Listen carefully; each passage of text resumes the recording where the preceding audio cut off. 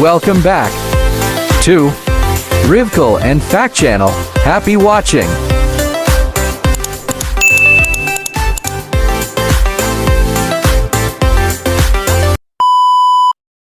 Hello guys, selamat datang di RTVC Alen di Fact Channel. pada video kali ini. Saya akan membahas tentang mengevaluasi persamaan regresi berganda dengan menggunakan SPSS. Pasti kalian penasaran kan? Yuk simak baik-baik ya. Perlu teman-teman ketahui bahwa statistika dan metode statistik yang digunakan untuk menilai hubungan antara variabel terikat dengan lebih dari satu variabel bebas. Nah, langkah awal yang dilakukan adalah menuliskan hubungan antar variabel tersebut dalam bentuk persamaan regresi berganda. Analisis regresi berganda dirangkumkan dalam tabel ANOVA, di mana total variasi variabel terikat atau Y terbagi menjadi dua komponen, yaitu regresi yang dijelaskan oleh seluruh variabel bebas dan kesalahan atau residu yang tidak dijelaskan oleh variabel terikat. Di sini ada contoh dari tabel ANOVA. Ada sumber, yaitu regresi, residu atau kesalahan, dan total. Ada DF atau derajat kebebasannya masing-masing K, N kurang 1, dalam kurung K tambah 1, dibagi dengan N kurang 1. Ada SS total atau jumlah kuadran, yaitu masing-masing ada SSR, SSE, dibagi dengan SS total. Ada MS atau rata-rata total, yaitu MSR sama dengan SSR per K, dan MSE sama dengan SSE per dalam kurung N kurang 1 dalam kurung K tambah 1. Dan ada F atau distribusi, yaitu MSR dibagi dengan MSE. Dalam materi persamaan regresi berganda, rumus untuk mencari total jumlah kuadrat sama dengan SS total sama dengan sigma dalam kurung Y kurang Y bar kuadrat. Dan rumus untuk mencari jumlah kuadrat regresi sama dengan SSR sama dengan sigma dalam kurung Y topi kurang Y bar kuadrat. Dan rumus untuk jumlah kuadrat kesalahan atau residu sama dengan SSE sama dengan sigma dalam kurung Y kurang Y topi kuadrat. Selanjutnya, kesalahan standar estimasi berganda. Kita perlu ingat bahwa kesalahan standar estimasi dapat disejajarkan dengan standar deviasi, di mana kesalahan standar estimasi berganda ini menggunakan rumus S, Y, kali 1, 2, 3, kali titik-titik sampai K sama dengan akar sigma dalam kurung Y kurang Y kuadrat per N kurang dalam kurung K tambah 1 sama dengan akar SSR per N kurang dalam kurung K tambah 1, di mana ada keterangan Y besar sama dengan pengamatan aktual, Y topi sama dengan nilai perkiraan yang dihitung melalui persamaan regresi, N sama dengan jumlah pengamatan dalam sampel, K kecil sama dengan jumlah variabel bebas, SSR sama dengan jumlah kuadrat residu dari tabel ANOVA. Ciri-ciri koefisien determinasi berganda. 1. Dilambangkan dengan huruf kapital R kuadrat. 2. Berkisar dari 0 hingga 1. 3. Tidak dapat bernilai negatif. Dan yang keempat, mudah untuk ditafsirkan. Di sini teman-teman bisa melihat penjelasan dari ciri-ciri tersebut. Dan koefisien determinasi berganda mempunyai rumus R kuadrat sama dengan SSR per SS total. Selanjutnya, koefisien determinasi yang disesuaikan, di mana guna mengimbangi pengaruh bahwa jumlah variabel bebas memiliki koefisien determinasi berganda. Paket perangkat lunak statistik menggunakan koefisiensi determinasi berganda yang disesuaikan dengan menggunakan rumus, yaitu R kuadrat ADJ sama dengan 1 kurang SSE N kurang 1 dalam kurung K tambah 1 per SS total N kurang 1. Kesalahan dan total kuadrat kesalahan dibagi dengan derajat kebebasannya. Kita harus perhatikan terutama pada derajat kebebasan untuk kesalahan jumlah kuadrat yang melibatkan K atau jumlah variabel bebas. Di sini ada contoh koefisien determinasi yang disesuaikan, yaitu R kuadrat ADJ sama dengan 1 kurang 41,695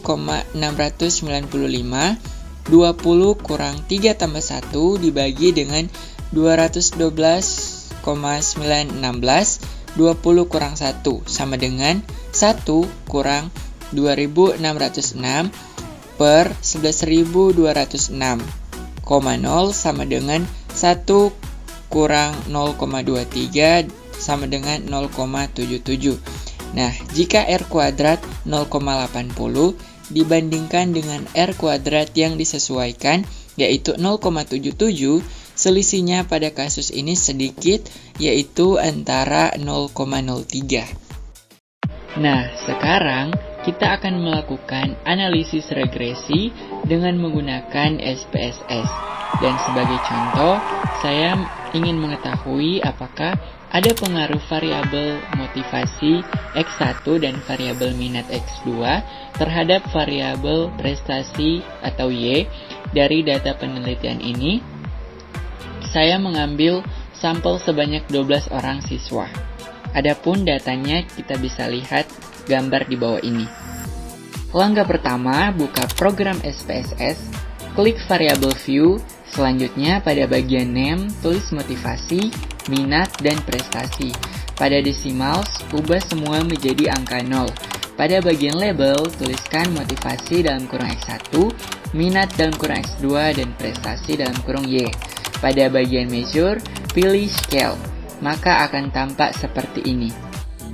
Kedua, klik data view, lalu masukkan data motivasi X1, minat X2, dan prestasi Y yang sudah dipersiapkan tadi.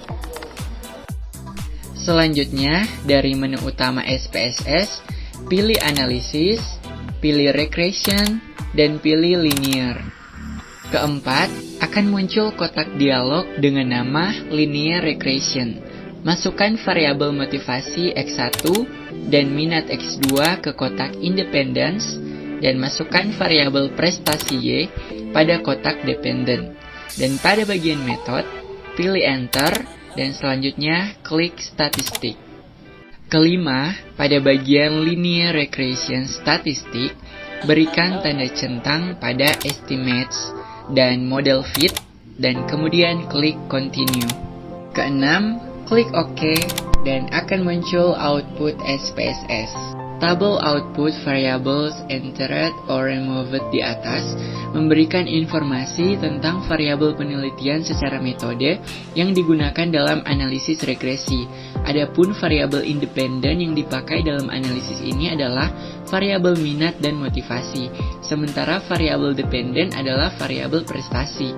Analisis regresi menggunakan metode enter. Tidak ada variabel yang dibuang, sehingga pada kolom variabel remove tidak ada angkanya atau kosong. Tabel model summary memberikan informasi tentang nilai koefisien determinasi, yakni kontribusi atau sumbangan pengaruh variabel minat dan motivasi secara simultan atau bersama-sama terhadap variabel prestasi. Tabel ANOVA memberikan informasi tentang ada tidaknya pengaruh variabel minat dan motivasi secara simultan atau bersama-sama terhadap variabel prestasi. Tabel koefisien memberikan informasi tentang persamaan regresi dan ada tidaknya pengaruh variabel minat dan motivasi secara parsial atau sendiri-sendiri terhadap variabel prestasi.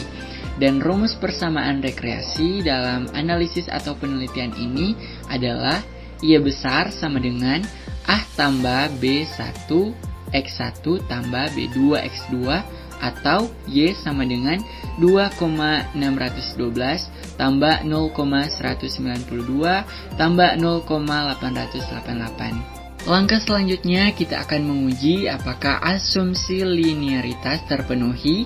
Kita dapat menggunakan plot residual dengan Fitte value atau bisa juga dengan plot residual dengan variabel independen.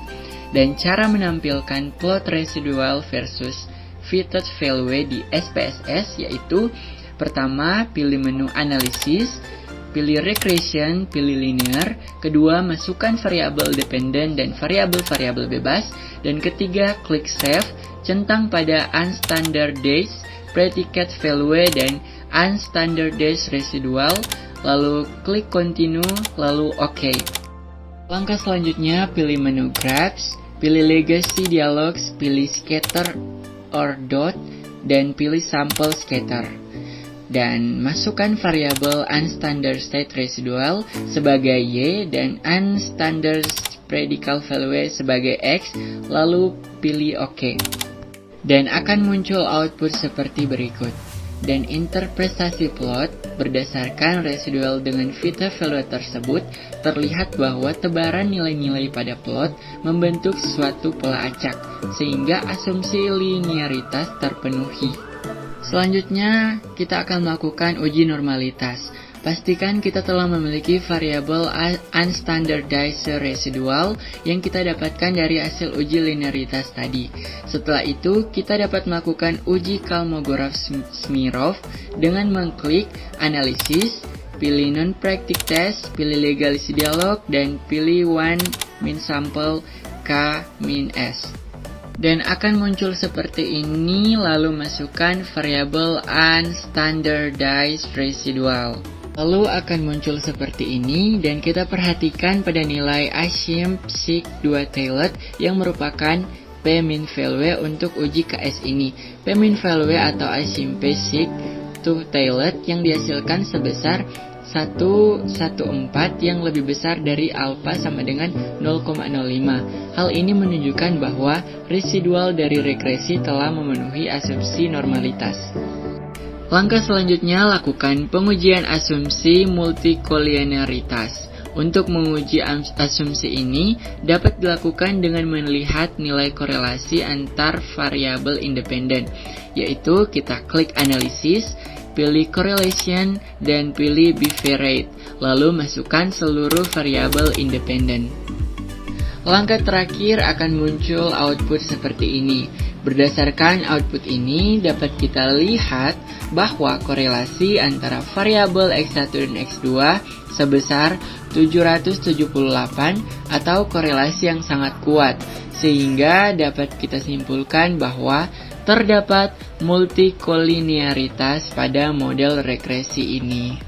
Sekian pembahasan video kali ini. Semoga bermanfaat ya untuk teman-teman semua. Dan jangan lupa untuk terus mendukung kanal ini dengan cara klik tombol like, komen, share yang banyak, Click tombol subscribe. dan nyalakan notifikasinya agar kalian tidak ketinggalan di video-video menarik berikutnya. Saya ada pantun buat kamu. Nggak jati takutnya nggak lucu.